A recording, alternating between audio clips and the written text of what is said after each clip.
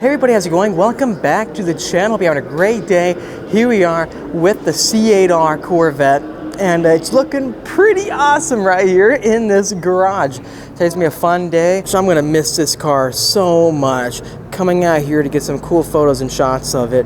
It looks so aggressive, especially in the garage right now with the yellow paint job. What do you think? Did we make a mistake not going accelerate yellow again for the Z06? This has got to be one of the greatest colors for the C8 Corvette, just because of how it really does a great job accenting all the body lines all throughout.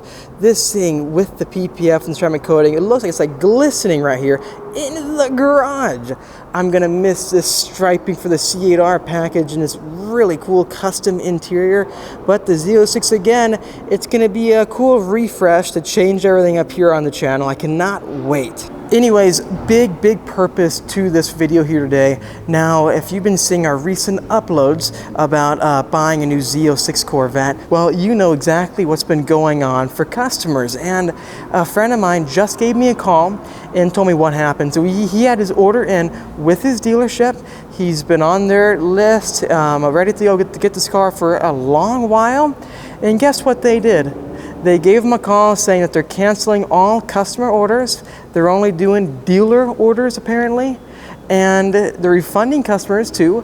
Not just that, all the dealer order cars, so all the allocations they're getting, they're gonna be sold for over $100,000 over sticker.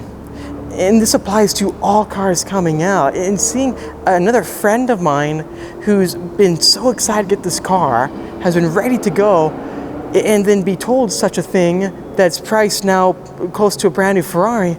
It's so unbelievable. I can't believe it's happening. And I know many of you are also in the same position. Please let me know if you found any good MSRP dealers, and let us know in the comment section down below so we can try to help other buyers get this car. Interestingly, a lot of my friends who were going to get the Z06 have decided to get standard C8 Stingrays, and they decided to completely modify them, maybe put in twin turbos or like a Pro charger, or make the ultimate track setup, because you have to realize one thing: this is actually significantly lighter than the Z06. This is the lightest C8 Corvette that you can buy. I wonder if like the Zora and those future high-end like $500,000 supercars / hypercars, will they be fully carbon fiber like McLarens and other vehicles where they shave hundreds of pounds? But they will cost a lot of money, obviously. If you are interested in the lightest spec Corvette that's mid-engine, this is the car to get. And I've seen people here today put on massive like 275s up front and then 345s out back. And it fits actually really well, which is surprising just thinking about it. This car has brand new Michelin Pilot Sport 4S tires, and they're 305s, but there's a little bit of room to increase the grip if you want. That is one of the main points of buying a Z06, is because you got that extra wide tire. But I'm seeing people put them on standard Stingrays. One thing I never actually ended up doing that I always really wanted to do was to transform the C8 Stingray into the ultimate track car. I see people all the time with their GT350s and GT350Rs fully strip out the interior, change the racing motors, do crazy things. Another C8 pulling in. They're having so much fun out here today. Imagine what you can do with this. So we did play around with making it more track focused with our Torch Red C8, where we tracked that car nonstop. It performed so well. Oh yeah, by the way, if your order did fall through with the Z06 and you want to get a C8 Corvette in the meantime until your next Corvette comes in, and you don't want to lose any money on it whatsoever, this is the car to get. Being the C8.R Legendary Limited Edition, you can buy it, have fun with it, play around with it, and then sell it, and you'll still be ahead. So it's a better buy, I think, than getting a brand new Stingray if you're in the market. So if you are, please email me at thespeedphenom@gmail.com. That thing is fully immaculate, and we're here today getting some cool shots over here at this epic day in Fontana. The reason why I'm mentioning all this is because I've seen this kind of pattern before in the past when it comes to new performance cars coming out. For example, with the GT500 or a lot of other new hot cars, dealers sometimes don't want to give out customer orders because sometimes, depending on what kind of customer you are, A, you want all the options, B, you don't want any options essentially, right? Or C, you're right in the middle. Dealers make most of their money off maxing out a vehicle. There's multiple different levels to the price sheet. So we see the MSRP, right? The manufacturer suggested retail price.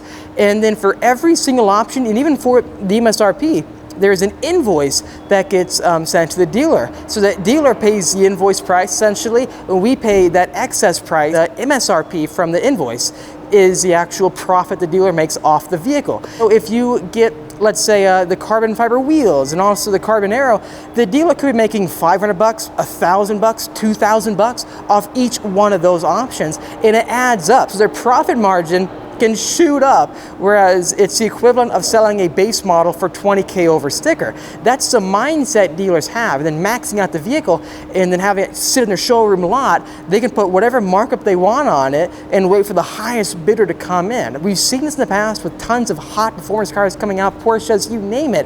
And it's really unfortunate that's happening. So you just gotta really, really try hard to get stuff in writing from your dealer that A, you've got your order, you're in line, and they're not gonna pull it away from you to try to make more profit from their end. The idea is, as a buyer, and I've recommended this in the past when I bought my GT500, when I drove across the country, bought the very first one that they made, you have to have a lot of cards in your favor. If you stick with one dealer to get one of these new hot cars, they can mess you over in the end of the day, and then you're just screwed. If you have multiple dealers that you're trying to work with, have maybe deposits down or on the wait list stuff, you have more odds in your favor to get a good deal, because unfortunately, this is what happens buying a new hot, rare, limited performance vehicle. Please try calling out of state, far away from California, because they have these huge populations of people where they can have someone walk in and pay $100K or over sticker and not ask any questions. Other parts of the country where they don't have that kind of audience, that kind of shopper walk in, they're not gonna charge that much money. Actually, thinking about it now, I think this is why we have these big Chevrolet Corvette focused dealers that don't charge any markup, and they get a huge, disproportionate amount of cars, like way more than any other dealer. Hundreds of C8 Corvettes a year. And the reason why is because since they don't charge a markup, all of us who are experiencing big markups are lining up to buy cars from these MSRP big Corvette dealers, and they don't need to charge anything over sticker because they understand how these cars are positioned, right? Affordable performance cars, and they're totally cool with selling that. And they're selling so many, they're actually making more money than these dealers charging $100K over sticker, right? Isn't that interesting how the models can change so drastically between, hey, I want $100K over sticker from my dealer, I'm getting 2 of them and I'll sit on them for about 2 months, versus the other dealers where they get to sell non-stop customer orders.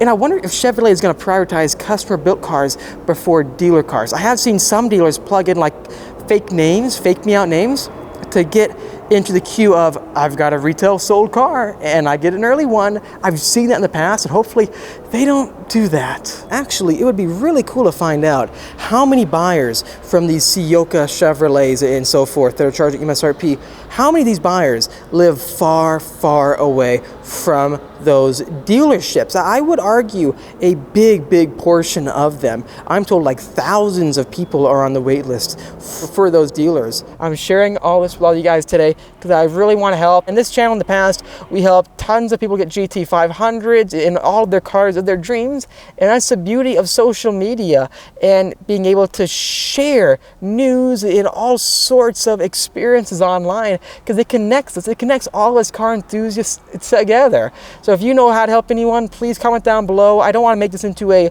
let's call out bad dealers. I don't want nothing to do with that.